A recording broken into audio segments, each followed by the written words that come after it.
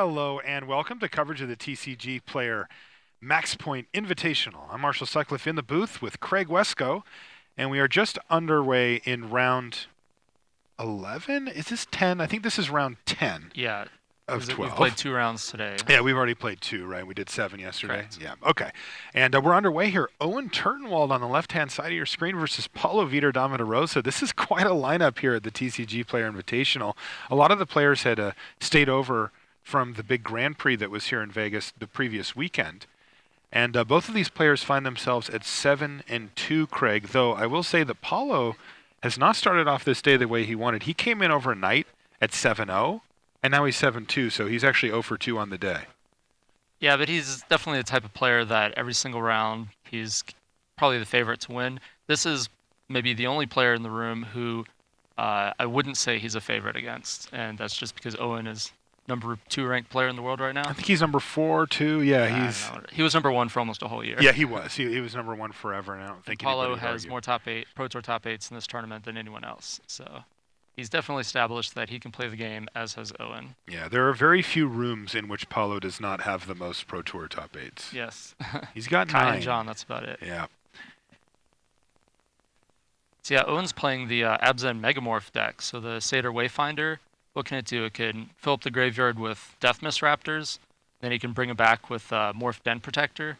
So as we see, he's already got one in the graveyard and another one in play. Yeah. So those guys can really give Paulo some trouble in this matchup. Yeah, another cool side effect of that Satyr Wayfinder in the deck is that it kind of turns your graveyard into this like palette that you can take things from with your Den Protectors. You know, you need another Thoughtseize, you need another threat, you need another Den Protector, and you can kind of use it to grab all these various tools. He doesn't have any Tassigers, and he's got 1 Murderous Cut.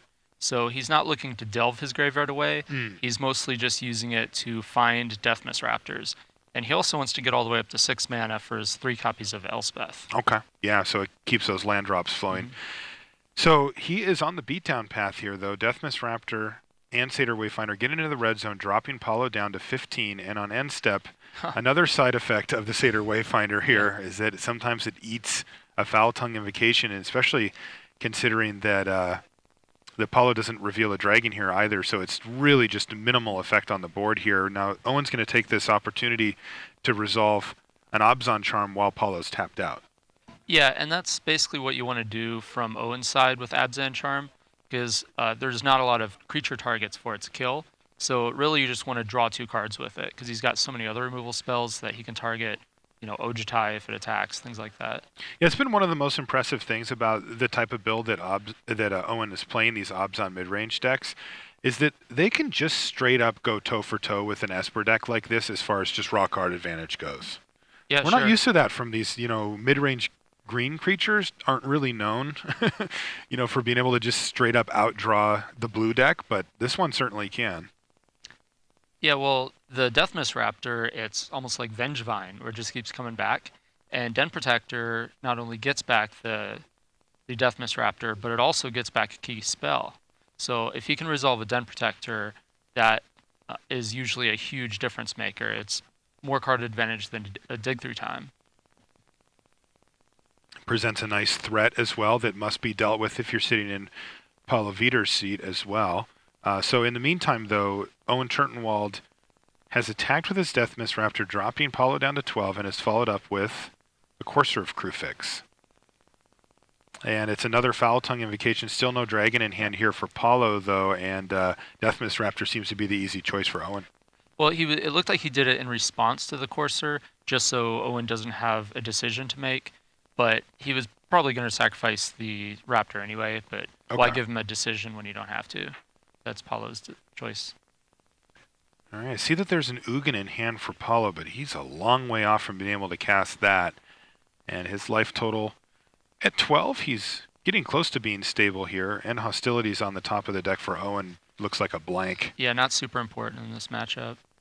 I think he's got the advantage, though, for Windswept Paulo Teeth here is that Owen's not applying a whole lot of pressure.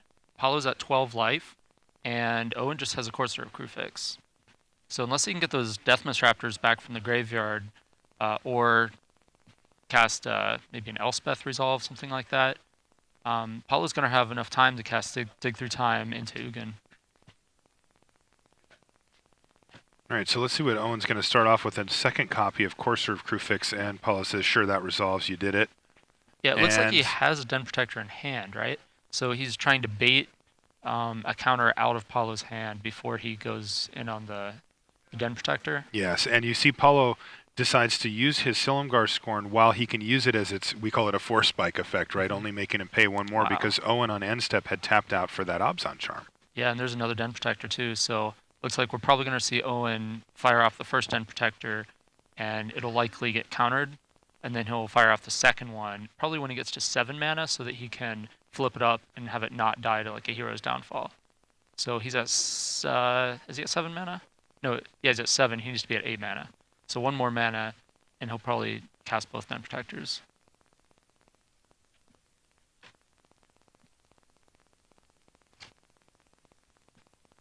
Yeah, so Siege Rhino, that is kind of putting enough pressure on the board where now Paulo might have to tap out to cast something like Crux of Fate. All right, well, he just didn't have it. He just didn't have it, and that's going to do it. So Owen Churtenwald, in pretty impressive fashion, runs over Paulo Vitor Damarosa, who was really struggling to stay in that game the whole time, and the matchup, or the draws didn't really match up well for Paulo, as he had to use a few of his better removal spells, ultimately to take out a Satyr Wayfinder and a Deathmist Raptor. Yeah, so Owen is clearly the aggressor in this matchup. So Paulo is playing defense, and as we saw with the Den Protectors in Owen's hand, he had a good game for going the long route, just attritioning out Paulo's spells, but Paulo just didn't have the Wrath of God. And that's the first step, is that he has to cast Wrath of God to wipe Owen's board, and then you start playing the back and forth attrition game. And so that was just kind of a free win, even though Owen's draw was set up to play that long game. So what do we get in the sideboards here? Yeah, take a look. We got the deck list here. So Owen brought in Wingmate Rock last round against his Abzan opponent. That very likely will not come in this matchup. We'll probably see the one copy of Nissa, or is it 2? It's two. Mm-hmm. Okay. 2 Nissa, probably not the Dramoka's Command, not the Ultimate Price, not the Arishan Cleric. Does Paulo have Elspeth? It looks like he does not, so probably not Glare of Heresy. So you'll see 1 Duress and 2 Nissa is probably what Owen's bringing in. I don't think he wants anything else in his sideboard. And from Paulo's side, you have Disdainful Stroke, which could come in for Siege Rhino, but I don't think that... Well, I guess he has Elspeth and Nissa, so we might see Disdainful Stroke come in from Paulo. Mm-hmm. Foul Tongue Invocation is not a very good card because Owen doesn't have enough cards to board out to bring out his Satyr Wayfinders. He's just going to bring out his End Hostilities and probably a removal spell. So he's still going to have all those Satyrs in the deck. So the Foul Tongues are not very good. The Thoughtseize is probably useful because it can hit a Den Protector. And Ashiok is probably going to be a big card. It's another target for Owen's Hero's Downfalls, but it's also a way to just gain a bunch of life and stay in the game and potentially, just get a Courser or Crufix of your own, things like that. Okay.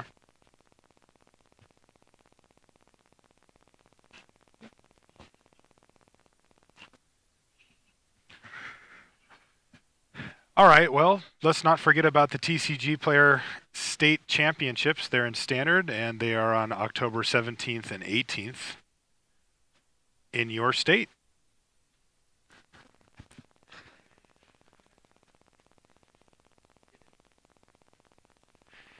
All right, so it looks like players are just finishing shuffling up from the sideboard. You can see we've got another feature match there. That's Michael Burnett and Tim Rivera on the back tables. In fact, we can jump right in here. It looks like they're going to game 2. And this is a classic open for both matchups, just turn 1 Thoughtseize. So they both know what's going on. Looks like Thoughtseize took Thoughtseize.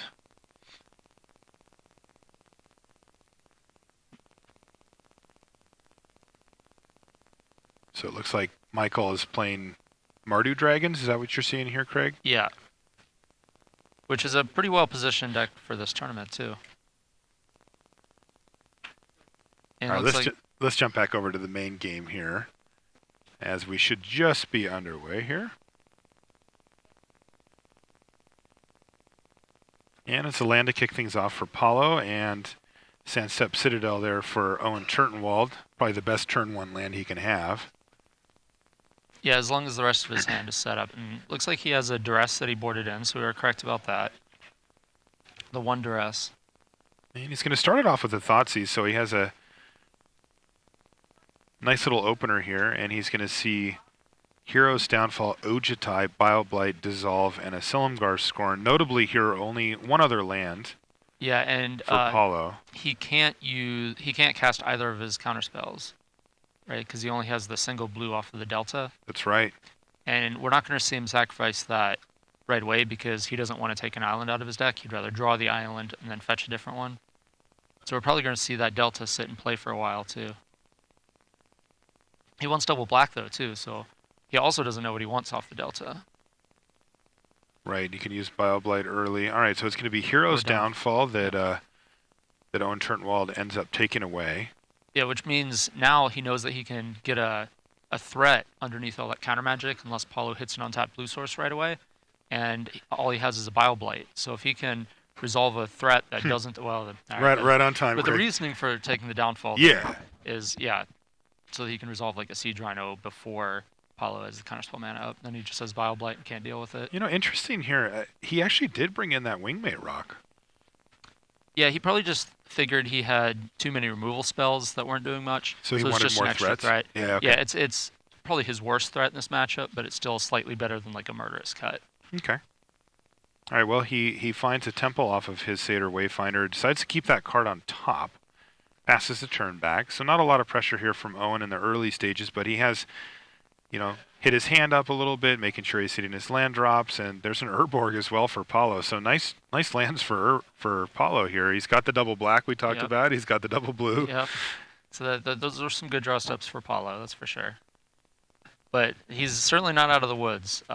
Owen, as we said, he already has a duress waiting to get fired off, and it's hard to see what else is in his hand. I'm trying to lean as if that's going to help me. Yeah, I do that too still. You'll never get over that. We need one of those wraparound screens. Looks like he's got a Courser, a Rhino, and a Wingmate Rock. And an Abzan Charm. Yeah. So he has the discard spells. He can start forcing through threats. Looks like he's going to start off by just forcing the first one into the counterspell, though. So he's fine with Paulo countering this, then? Yeah. He's going to take his hard counter away here, leaving him with probably just one. This is more of a mana issue, where he just wants to tap out and cast a threat here. And then he'll start casting discard spells and a threat in the same turn. Now, Paulo can get value from the Scorn here, right? Yeah, there we go.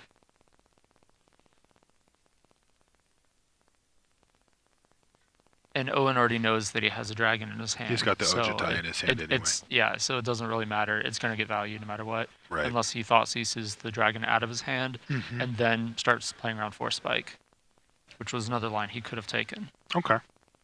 Well, right now he's deciding what he wants to do with that Temple of Silent Scry ability, and he's going to put it on the bottom this time.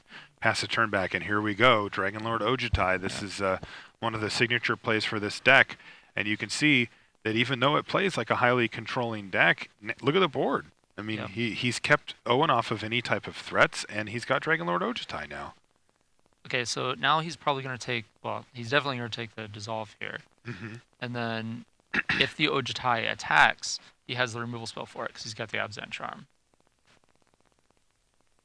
So now this is a difficult position for Paulo. Paulo probably attacks because he has the second Ojutai, and if it dies to removal spell, he just plays the other one. Did he just draw Dissolve? I mean, if this was a hard play, see it. I couldn't quite see, but it was blue. And it looks like Paulo's not going to play into a removal spell. He's effectively stranded a bunch of mana in Owen's hand here, right? Yeah, until Owen draws the second removal spell. Because if he draws, say, a Hero's Downfall or another Abzan Charm, then he could just fire it off and draw 2 cards. Because then he still has the removal spell for the Ojutai. But from Owen's perspective, as long as you just have that one removal spell for it, you kind of have to just, you know, leave it open. Keep that mana up the whole time, yeah. Which then... And that was actually dig-through time that he had drawn. Yeah, this is definitely working in Paulo's favor here. Yes, that definitely makes the play much more obvious now that you have the potential to just cast the dig through time instead of just trading the Ojutai for a removal spell and then playing another Ojutai. This is a way better line because, like I said, Owen has to keep the mana open to kill the Ojutai to keep it from attacking and hitting him. And so now that just leaves the window open for Paulo to resolve the Yeah, Ojutai. and I think Paulo found Dissolve plus another Yeah. dig-through time, or it looks like it was actually Silumgar Scorn, so now this is where things spiral out of control quickly for Owen Turtenwald, right? He starts taking big chunks of damage in the air, and Paulo gets to start drawing extra cards. Yeah, this is certainly not the way Owen drew this one up, but Owen's still not out of the game yet. So what does a comeback look like here for Owen? First things first, he's got to kill Ojutai, Well, right? he untaps and draws a removal spell. Okay. And he has the Thought Cease to make sure it resolves. And then he still has the second Ojutai to deal with, so he's going to have to draw. Yeah, it's another going to thing. resolve either way. There's no blue mana over here for Paulo. So removal spell being key here, which don't know that he's actually drawn. But he is going to resolve a Wingmate Rock, which can block. Okay. So he's got Wingmate Rock and Bird. So if he can take out a removal spell from Paulo's hand here. So the Bile Blight. Now it is starting to march toward Ugin o'clock, and there's also a dig through time and a second Ojutai. So that's a lot of heat in hand. I think it's either Bile Blight or Ugin here. Okay. But yeah, this is tough. I'm interested to see what Owen does here. Yeah, the other downside, of course, is that if he does play the Wingmate Rock, double block Ojutai, Paulo can say sure, kill one of your Wingmate Rocks, play another Ojutai. He's got one that's just rotting in his hand either way. So Paulo has a lot of different options here. So that would here. take up his whole turn again. Yes. Give Owen a turn to resolve the Siege Rhino. Yes. And potentially draw something. To help race. Something else relevant. Okay. Yeah. The race, I'm not convinced that you're going to win the race with an Ojutai because Ojutai keeps finding ways to help you in the race. But so you're not convinced that Owen can win the race against an Ojutai? Yes. Yeah. Yeah, that makes sense. So we took the dig through time. Now, from Paulo's perspective, an attack here would be interesting because if you double block, then he gets hit with the Bile Blight and kills both your flyers. Right. Here we go. Paulo is attacking, so... Now, from Owen's perspective, it's very enticing to just take it. Because you know about the Bile Blight, and just like letting him anticipate. Going to 6 life isn't that big of a deal. Mm-hmm. I mean, it's 2 pluses from Ugin, but once the Ugin comes down, like, things are going to look pretty rough anyway. Right. Yeah, so he just took it, and now he's going to try to just race him, I think. Just hope that Paulo doesn't go land Ugin, doesn't, draw a bunch of removal spells. Like, this is one of those games where Owen knows his chances of winning the game are low, but he's trying to take the best among those low percentage options to win the game. But Paulo's significantly ahead here. Sure, yeah. Okay. But, I mean, 15% is better than 10%. Sure, So Owen's kind of making the play that gives him the better chance, even though it's still a small chance.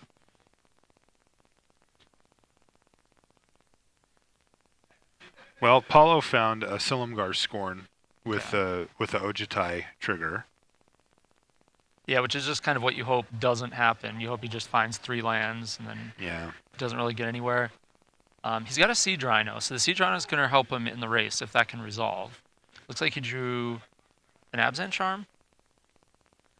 Yeah, he did. He did draw an Absent Charm. Yeah, and he has an untapped land too. He's got the Lawnmower Waste, so he could play Siege Rhino, which would potentially bait the counterspell, and then he can use the removal spell on the tapped Ojutai. Okay. That's not bad. Now, it does set up Paulo for untapped land Ugin. I don't know why he played the land first. But I guess that's a small thing. Oh, he just doesn't want to take the extra damage, which the extra damage is irrelevant, that's why. Because he's at 6 and going to 5 with an Ojutai in play. That's a big game. Yep. So it was a heads-up play by Owen.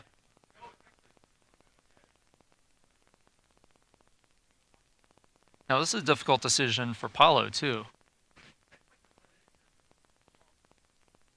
Because, I mean, as small of a thing as it is, playing the colorless land pre-combat, the only thing that would signify is Abzan Charm, right? Crazy. Yeah. Because if you don't have Abzan Charm, you just leave the 2 Citadels on tap and then play the land, and you can cast any spell other than Abzan Charm without taking damage. So Paulo might think, okay, that signifies Abzan Charm. That might be why he let that resolve. Wow, crazy. I wouldn't put it past these 2 players to be on that level. Yeah, for sure. Yeah, this is great. So Owen now has a mighty board state here in front of him. And now he has the read that Owen has the Abzan Charm too. Yes. Now is Owen forced to just play it here? Yeah, it looks like he's just going to run it out. You can't just take that. And here's Ugin though, because Paulo knew. Yeah, and he just gets to -4 it here, or -5 it, excuse me, and put Owen Turtenwald on like stone top decking here. Or removal spell. All right, well, that wasn't the one. He does get another Deathmist Raptor in the bin, and remember, Paulo doesn't have a direct threat outside of Ugin. Maybe he has another window here to draw a Den Protector. He would get, I think, 2 Deathmist Raptors back. Feels like it's too late, huh? It's not too late. It's the 15%'s down to like less than 5%, but okay. It's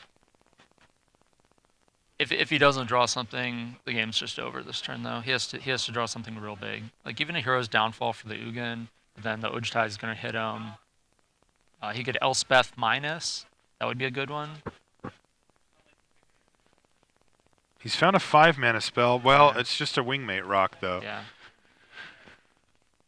And unfortunately for Owen, and now he's it's got the Bile Blight from before is going to finish off the Wingmate Rock. Hit him again. Yes. Put him to 7. Yeah, and we've seen this, that from the first time that Ojtai hit earlier in the game, it just started snowballing from there. And even though Owen's done an admirable job of staying in this game, it's too hard to overcome that kind of advantage. All right, so that's going to do it. Paulo Vitor Damarosa is going to equalize here and force a game 3, which, I'm not going to lie, I'm kind of excited to see. Yeah, Owen's on the play too, which is a pretty big game in this matchup because it means he can resolve his threats underneath the counter magic and force Paulo to tap out on his own turn or when he doesn't want to. All right, we'll check out the other match here. And it looks like we've got a pretty clear board here. Just lands for both players. Graveyards look pretty full, though. Uh-oh. Well, yeah. There's Elspeth, so it looks like we came just in time. From the Marty Dragon side, just having a clear board means he might be dashing a dragon into play every turn. Yeah. So that's not necessarily telling of what's going on. But the diehard Colts fan, Mike Burnett, came prepared. But why is he wearing a Colts Denver jersey? Okay, so he's a Peyton Manning guy. Yeah. Okay. He's a Peyton Manning guy and a Indianapolis Colts guy. Okay. So he stuck with his favorite player even after he left the Colts. I like that. That is loyalty right there. Kind of like Ben Stark and LeBron James. Yeah, it is like that. Yeah, I don't think that Corsair Crucifix is really going to match up well against this Elspeth. It's just not up to the task. Yeah, Corsair's nice, but that's Elspeth Sun's champion. She is going to dominate this board. So Burnett's going to... Looks like they were just trading resources up to this point. We see like a Crackling Doom and an Ultimate Price and a Foul Tongue Invocation in the graveyard. So it looked like they were just playing threats and killing each other's threats, and then an Elspeth landed. So Tim has no interest in drawing an Ultimate Price, so he's going to crack his Windswept Teeth and see if he can't get himself a fresh draw step.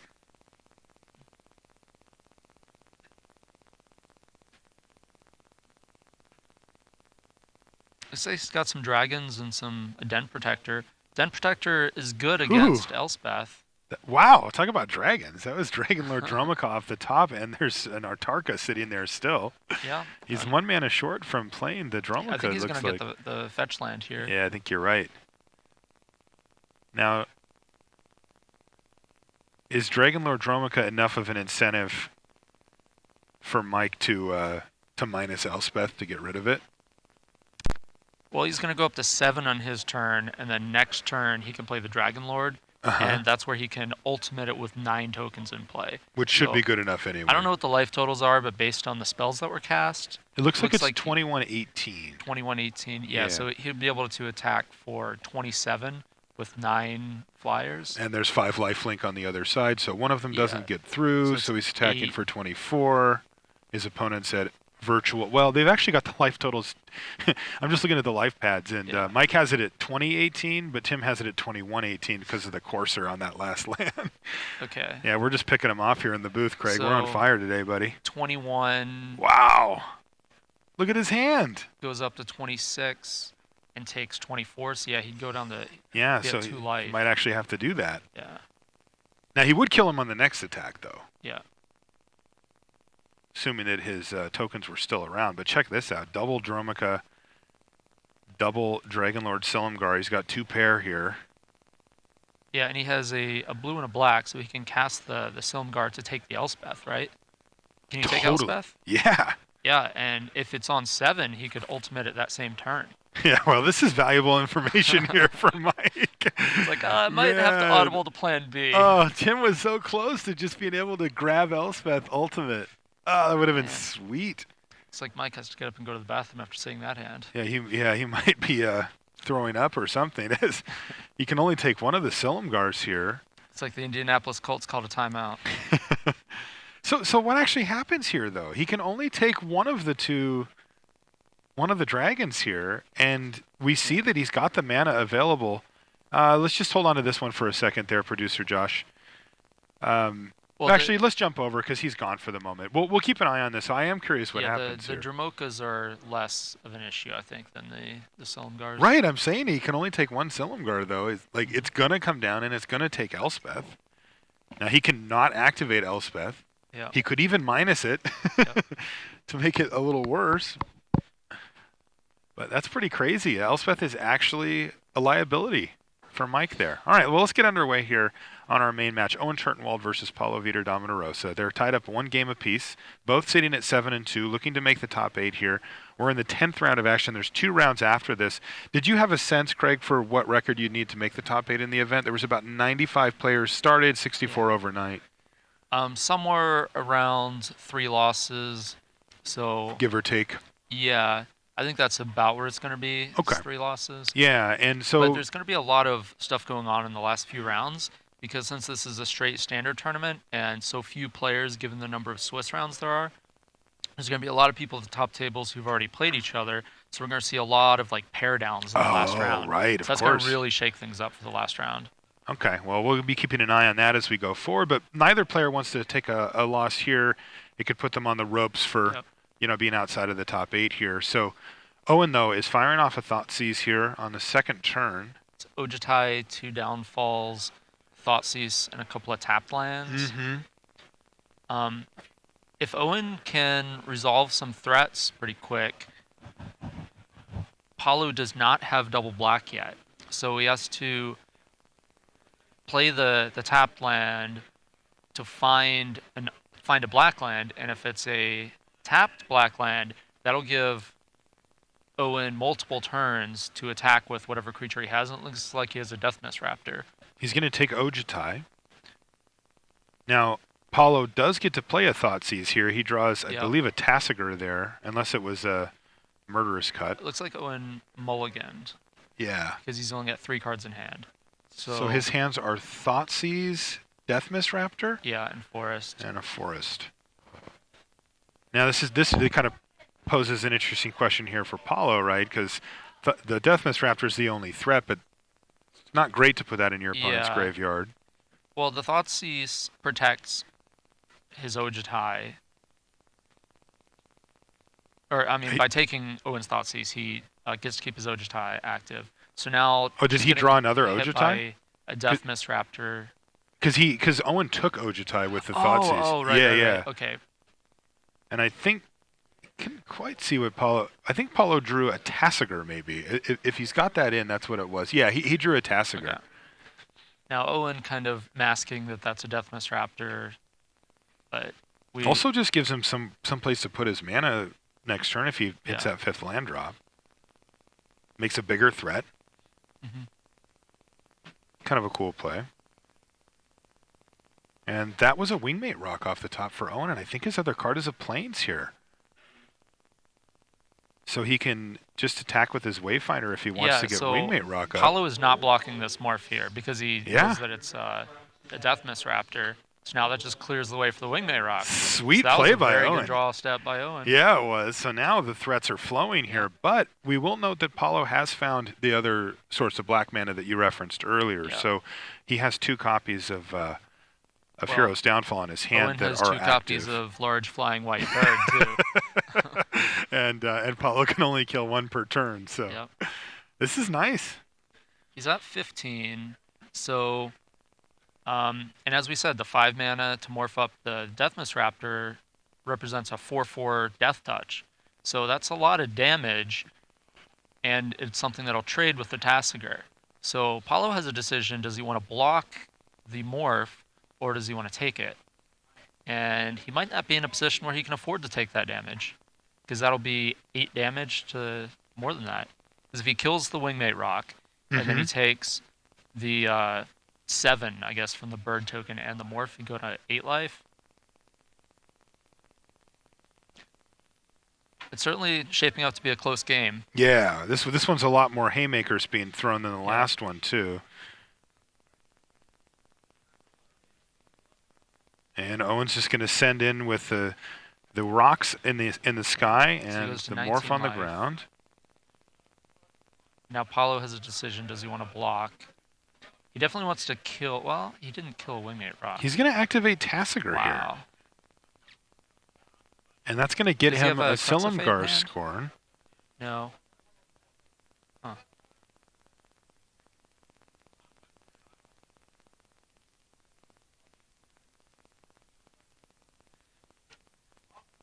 And he's going to block the Deathmist Raptor as well. That's going to prompt a trade here and basically eat up all of Owen's turn.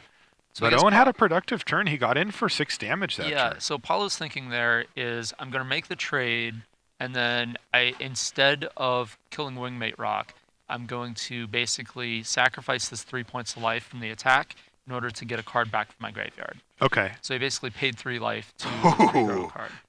Dragon Lord Silumgar has now arrived on the scene. We're seeing that guy on both tables. Here we are, and that has completely stabilized this board. So Owen finding a removal spell would be pretty huge here if he had one, and I think his hand is Courser and Land.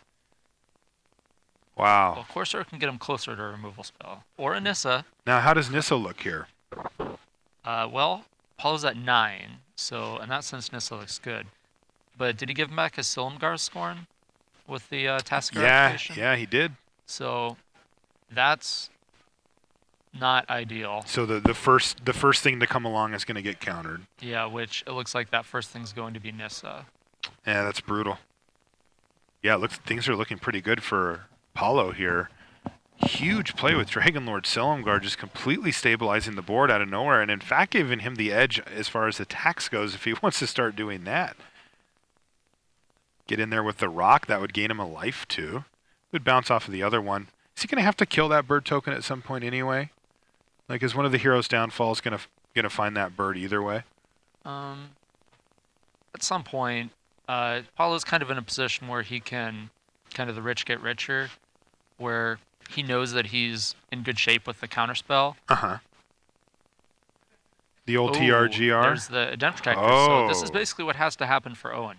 Owen has to just keep drawing high impact threats and just burn through all of Paulo's control elements. Now, Paulo is incentivized to let this resolve and then Hero's Downfall it here, though it would let Owen make a 4/4, but he really doesn't want to let Den Protector resolve, right? Because even if it does, he's going to get back at least 1 Deathmist Raptor and whatever else. This is an interesting spot. Now, if Paulo has 2 counters, he's in really good shape here, but I think he's just got the 1. Yeah, he's got the 2 downfalls. Yeah, he's got an answer. It's not that he doesn't have the answers, but it does net Owen a 4/4 Trampler. 3/5 Death Touch matches up well against a 4/4. Yeah. So and a 3/4 flying bird. Yeah. So this is, if Den Protector hadn't been revealed off of the Courser, we might see a Silumgar Scorn. Even then, I'm not convinced that it would, because he does have the defense set up where the 3/5 Death Touch blocks the 4/4, the 3/4 bird blocks the other 3/4 bird, and so he doesn't really take any damage. So he's No. still got the board pretty well locked up, even without that. Yeah. But now it's really spiraling here, though, yeah, for Paulo. End step, since Paulo didn't attack, he's going to play Dig Through Time. to the naked eye, when you look at, you see Nissa, Big Bird token, making 4/4s Yeah. versus like a dragon. Might not seem like Paulo's in control, but he is. Yeah, that's a great point. And the Dig Through Time is, of course, going to add to that here for Paulo. He finds another land on top. And Paulo's still thinking about tapping his bird to gain a life.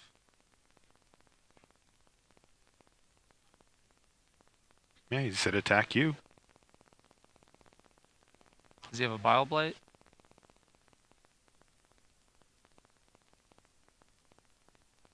He's probably just killing Nissa with the Hero's Downfall. Right. He doesn't want to let that stick around for much longer here. And there we go. Nissa down. Den Protector is going to be the draw step for Owen Turtenwald. Paulo's put himself back up to 11 life now. Now, what Paulo did with the attack with the bird, in addition to gaining a life, he set up, he's trying to bait Owen into attacking, because if Owen just attacks with all his guys, then Paulo blocks, like, say the 4/4 or whatever with his dragon and takes 6 damage, goes to 5, and then keeps the counterspell mana open for the Den Protector. If he doesn't cast Den Protector, then end step he can kill another creature, and then Paulo's just in an even more commanding board. Right. Obviously, Owen has the presence of mind not to fall for that bait, but a lot of opponents there would fall for it. So that's an extra incentive to attacking. So Paulo really playing well. This no surprise. This life is adding up for him too. He's all the way back up to 12 now.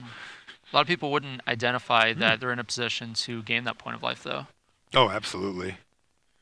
Yeah, Paulo's playing fantastic. Yep.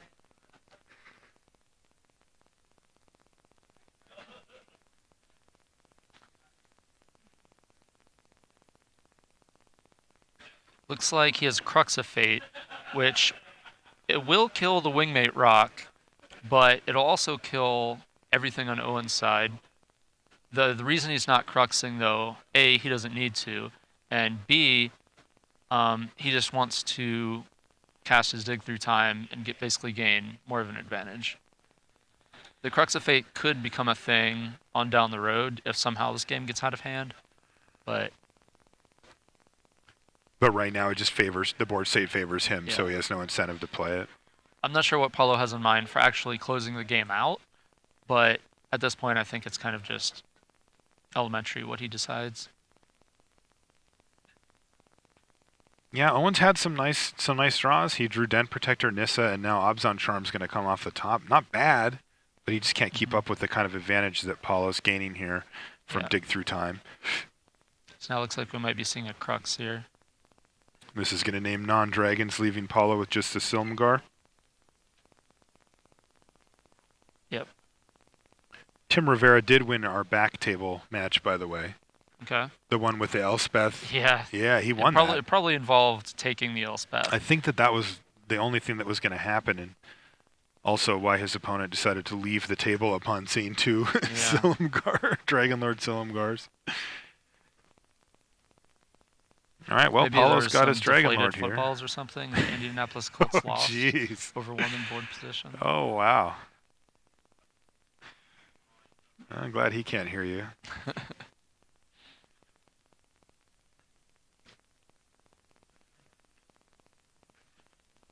Yeah, but the Silumgar just kind of sticking around. He decided, you know what, the Wingmate Rock, just going to die with all the other creatures. Now I'm just going to start beating down with this guy.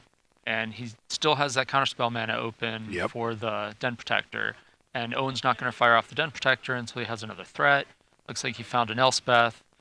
So he can cast Elspeth and Den Protector if he finds an untapped land. And here's Dragonlord Ojutai, so double dragon is in effect now. Alright, he draws Siege Rhino, so he can lead with Den Protector, draws the counterspell. Then he plays Siege Rhino, which is still not matching up well against these 2 dragons. Yeah, I wonder if he'd rather leave with Siege Rhino and then play the Den Protector. Well, no, because if the Siege Rhino resolves, then he still can't cast the Den Protector. I see. Because he doesn't have the mana to flip it over. Right. Yeah, so he has to lead with the Den Protector, even though it is the threat he wants to resolve. But Paulo knows about it anyway, so. Right. Yeah, Paulo's got to see the last 4 draw steps from Owen Turnwald, and of course that's helped Paulo craft his game plan as well.